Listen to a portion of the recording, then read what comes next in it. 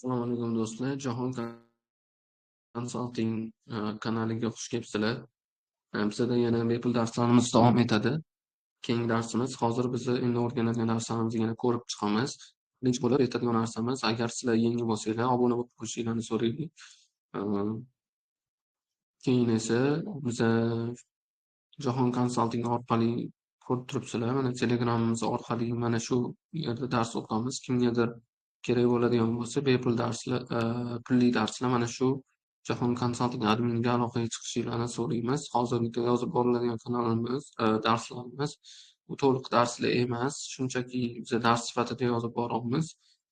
Ko'rib o'tishinglar mumkin. Xo'p, bizada hozirgi darsimiz qanaqa bo'ladi? Ya'ni keyingi biza dars o'tadik yana. Bizning darslarimiz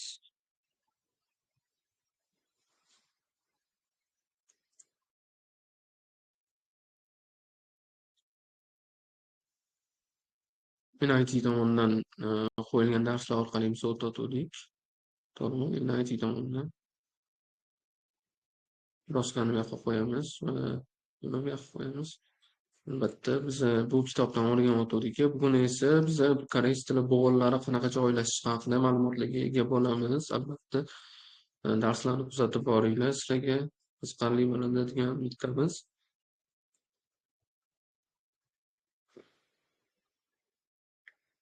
Xo'sh, biz oldingi darsimizda undosh harflarni ko'rib chiqqan edik, to'g'rimi? K, T, P, S, Ch, ya'ni qo'shni undosh harflarni ko'rib chiqqan edik. Endi bu safar nimani ko'rib chiqamiz desak, bu safar albatta mana shu o'tilgan undosh harflardan keyingisi bizada bo'g'in. Ya'ni koreys tilida bo'g'inlarni qanaqa joylashishi haqida ma'lumotga ega bo'lamiz. 3-darsdan o'tdik biza. Va bizada keyingi darsimiz bo'g'in joylashuvi. Koreys tilida bo'g'in joylashuvi qanaqa? Bo'g'in joylashuvi koreys tilida unchalik qiyin emas. Ya'ni bu nima desak, faqatgina turgan va yotgan harflar bor, to'g'rimi? Yotgan va turgan harflar bor asosan. Bu ko'proq unlilarga amal qiladi. Unlilarda xuddi shunaqa harflar bor deb tushunsak bo'ladi. Yotgan degani teppa-tekis yotgan harf va turgan harf. Teppa-tekis tepadan pastga tushib turgan harf hisoblanadi. Ko'rib o'tsak bo'ladi. Mana bo'g'inimizda qachonki mana S va G deb qo'ygan, ya'ni ikkita harf joylashishi. Ikkita harf ing harfi bilan A harfi keladigan bo'lsa qanaqa joylashadi? Bular ikkitadan joylashadi, ko'ryapmiz. A harf uzun turgan harf bilan keladigan bo'lsa, ikkalovi yonma-yon tushadi.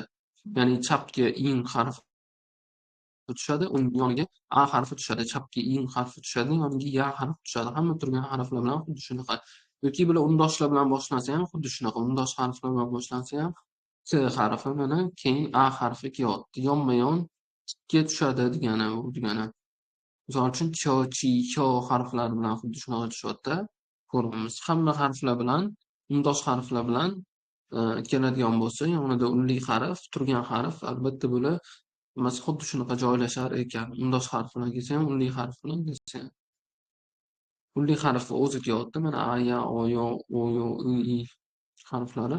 Va keyingi bo'g'inimiz bizada xuddi shunaqa. Keyingi bo'g'inimiz ham asosan o'zi undosh harf bilan boshlanyapti, lekin bu o'qilmaydi. Biz unli harfdan boshlab o'qib ketamiz. Chunki buni nima dedik? Ing harfi birinchi harf bo'lib keladigan bo'lsa, o'qilmaydi. Faqatgina bu patchingdagina o'qiladi deb ko'ramiz. Bu A harfi turgan harf bilan uni tagida yana undosh harf keladigan bo'lsa, qanaqa joylashishini ko'rsatyapti. A pastda N yoki an past yonida yana bitta 4 ta kelishi mumkin. Koreys tili bo'g'inida an, ha, an deb o'qiladi, lekin hasi o'qilmaydi bu ham. Yoki opta, ops bo'lmaydi, bu op bo'ladi, ps o'qiladi. Xuddi shunaqa joylashishi mana birinchi undosh harf kelyapti, lekin bu o'qilmayapti so'zda. Yoniga O harfi tushyapti, keyin esa pastiga nima tushyapti? P harfi tushyapti. Ya'ni P bu yotgan harf emas, S bular hammasi turgan harf, undosh harflar. Xuddi shunaqa joylashyapti. O, P, S. Ko'ryapmiz, tagiga S harfi joylashyapti. yoki bo'g'inda mana yana xuddi qanaqa turgan harf keladigan bo'lsa qanaqa joylashishi birinchi yana odatdagidek in harfi kelyapti. Bu so'zda o'qilmayapti va ya harfi kelyapti. Ya harfidan keyin pastda esa in harfi yana patchimda kelyapti. Ko'ramizmi? Yal yoki undan keyingisida turgan harf ikkinchi bo'lib kelyapti. Keyin pastda esa yal kelyapti. Yal l va p orqali kelyapti. Yal kelyapti. Bu yalp o'qilmaydi, yalp o'qiladi. Yal, l deyiladi bu. Yal. Keyingisi kap so'zi. Kap so'zida ham xuddi shunaqa biz ko'rayotganimizdek p va s harflari bilan kelyapti, lekin paps emas, kap bo'lib o'qilyapti. S o'qilmayapti.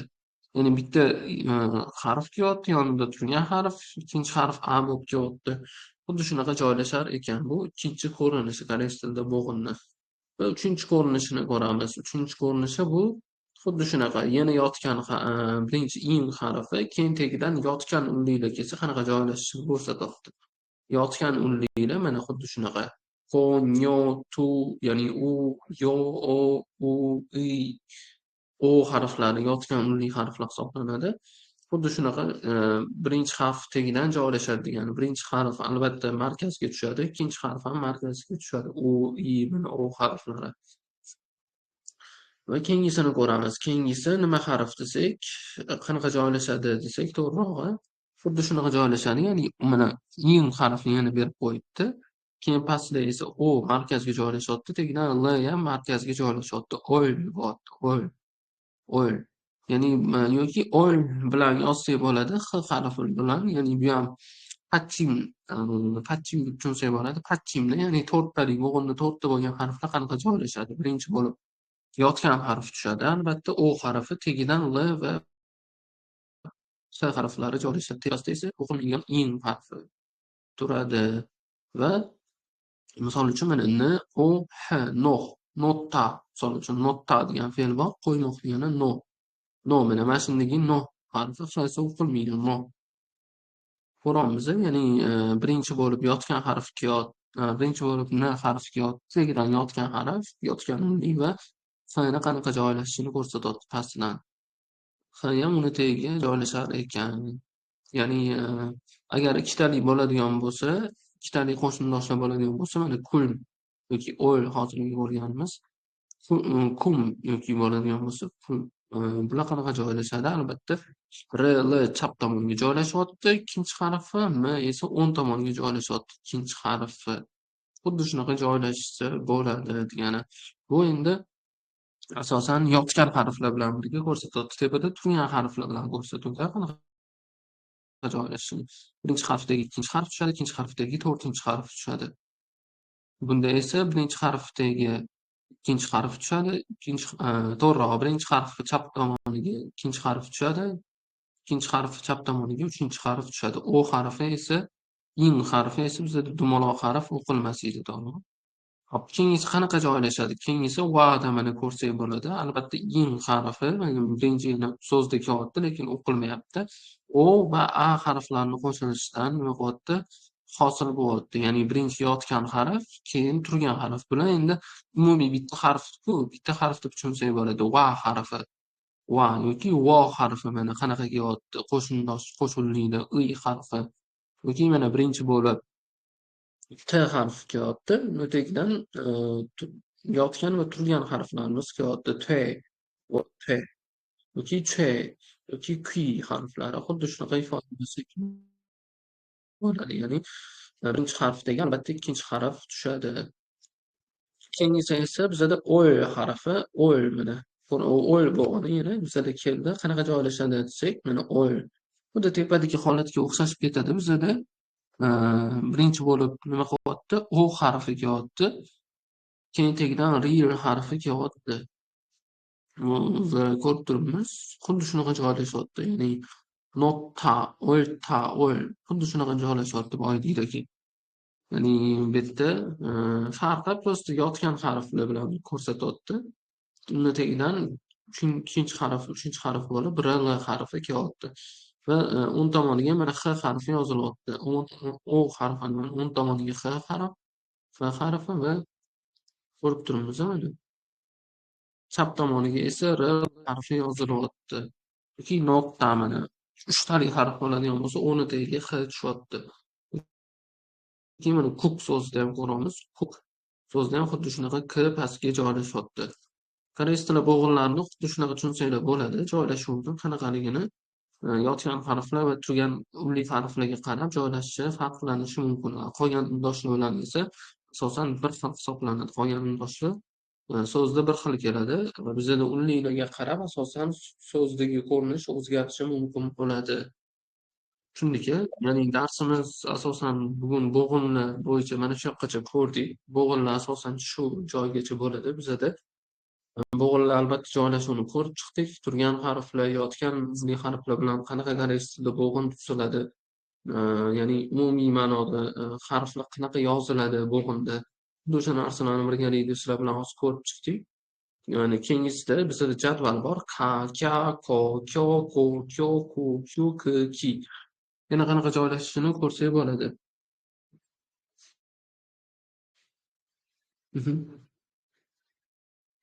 Joylashuvini ko'rsak bo'ladi. Na, nya, no, nyo, no, nyo, nu, nyu, ni, ni. Mana n harfidan keyin yotgan unlilar bilan turgan unlilar qanaqa keladi. Umumiy n, m, t harfi bilan r, l harfi bilan xuddi mana shu yerda ko'rsak bo'ladi. Na, nya, no, nyo, mana ta, tya, to, tyo, to, tyo, tu, tyu, t, ti xuddi shunaqa ko'rib chiqsak bo'ladi. Mana bu yoqda pastda ham berilgan sa, sha, so, sho, pa, pya, po, pyo, po, pyo, pu, pyu bu koreys tilida gapirish bo'ladi-ku, ya'ni gapirishda muhim narsa hisoblanadi. Ya'ni koreys tilida gapirishda bu jadval juda muhim rol o'ynaydi. Nimaga desak, chunki unlilar har doim koreys tilida bitta undosh, bitta unli, bitta undosh, bitta unli bo'lib keladi. Shuning uchun bu albatta koreys tilida gapirishga foydasi tegadi. Bu yerda ham bitta undosh, bitta unli. Bu qanaqa turgan unlimi, yotgan unlimi baribir bizada o'sha unlilar bilan berilganligi uchun bitta undosh, bitta unli bu koreys tilida so'zlarni o'qishda muhim rol o'ynashi mumkin. Shuning uchun albatta bularni yodlab turganda qanaqa yodlab olishimiz, bularni ko'p o'qish kerak. Pa, pya, po, pyo, po, pyo, pu, pyu, pu, pyu, p, pi. Chunki bu jadvalda bekorga berilmagan. Xuddi shunaqa albatta hammasini yodlab olinglar. Mana so'zda bor, tagida qanaqa yozilishi. Mana birinchi bo'lib A harfi kelyapti, keyin I harfi kelyapti, bo'g'inni qanaqa joylashyapti, turgan mana harf bilan joylashyapti. Birinchi ing harfi kelyapti, lekin o'qilmayapti. Keyin A harfi kelyapti, yana ing harfi kelyapti, I harfi kelyapti. Koreys tilida undoshlar bilan so'z, unlilar bilan har doim boshlanganda so'z albatta mana shu ing harfini qo'shishimiz kerak bo'ladi. U qo'shimli bo'ladimi yoki oddiy unli bo'ladimi, hammasida biz shu ni qo'yishimiz kerak. Ya'ni ing harfini bunda talaffuz qilinmaydi. Agar u so'zda 3-harf bo'lib keladigan bo'lsa, bo'g'inda 3-harf bo'lib keladigan bo'lsa, bunda o'qiladi va bu ing ham, ya'ni ni ham talaffuzda beradi. Ko'rdik, mana yo, u, tulki, o'y, botling, yaxshi, sabzotli. Xuddi shunaqa qilib bu yerda so'zlar berilgan. So'zlarni ham o'qib chiqsanglar bo'ladi. Bu yerda hozir so'zlarni ma'nosini tushunish shart emas. Shundoq biz mashq qilish uchun so'zlarni yoki umuman bo'g'inlarni o'qib chiqsak bo'ldi. Ya'ni bo'g'in qilib berilganlarni. Darsimiz shu joyida yakunlaymiz. Bizada bugun bizadagi 5-darsimiz xuddi shu joyda tugaydi. Biz ko'rib chiqdik albatta bu harflarni. Endi esa keyingi darslarda yana keyingi mavzularimizni sekin-sekin ko'rib boramiz. Tushunarli bo'ldi degan umiddaman. Va ana endi men aytadigan narsam, bizada aytadigan narsam yana albatta darslar va so'zimiz oxirisida darslar Jahon konsalting kanali orqali yozib borilyapti. Tekin darslarimiz va Jahon konsalting orqali bizada yuklab boriladi bu darslar. Va bizada maxsus darslarimiz bor. Albatta maxsus darslarimiz bu nima? Bu maxsus darslarimiz koreys tilini o'rganuvchilar uchun bo'ladi va pulli darslarimiz hisoblanadi. Pulli darslarimizda kimdir qatnashish xohlayotgan bo'lsa, Jahon konsalting adminiga yozsanglar bo'ladi. Biz ko'rib javob berib, sizlarni rezervlarni ko'rib chiqamiz.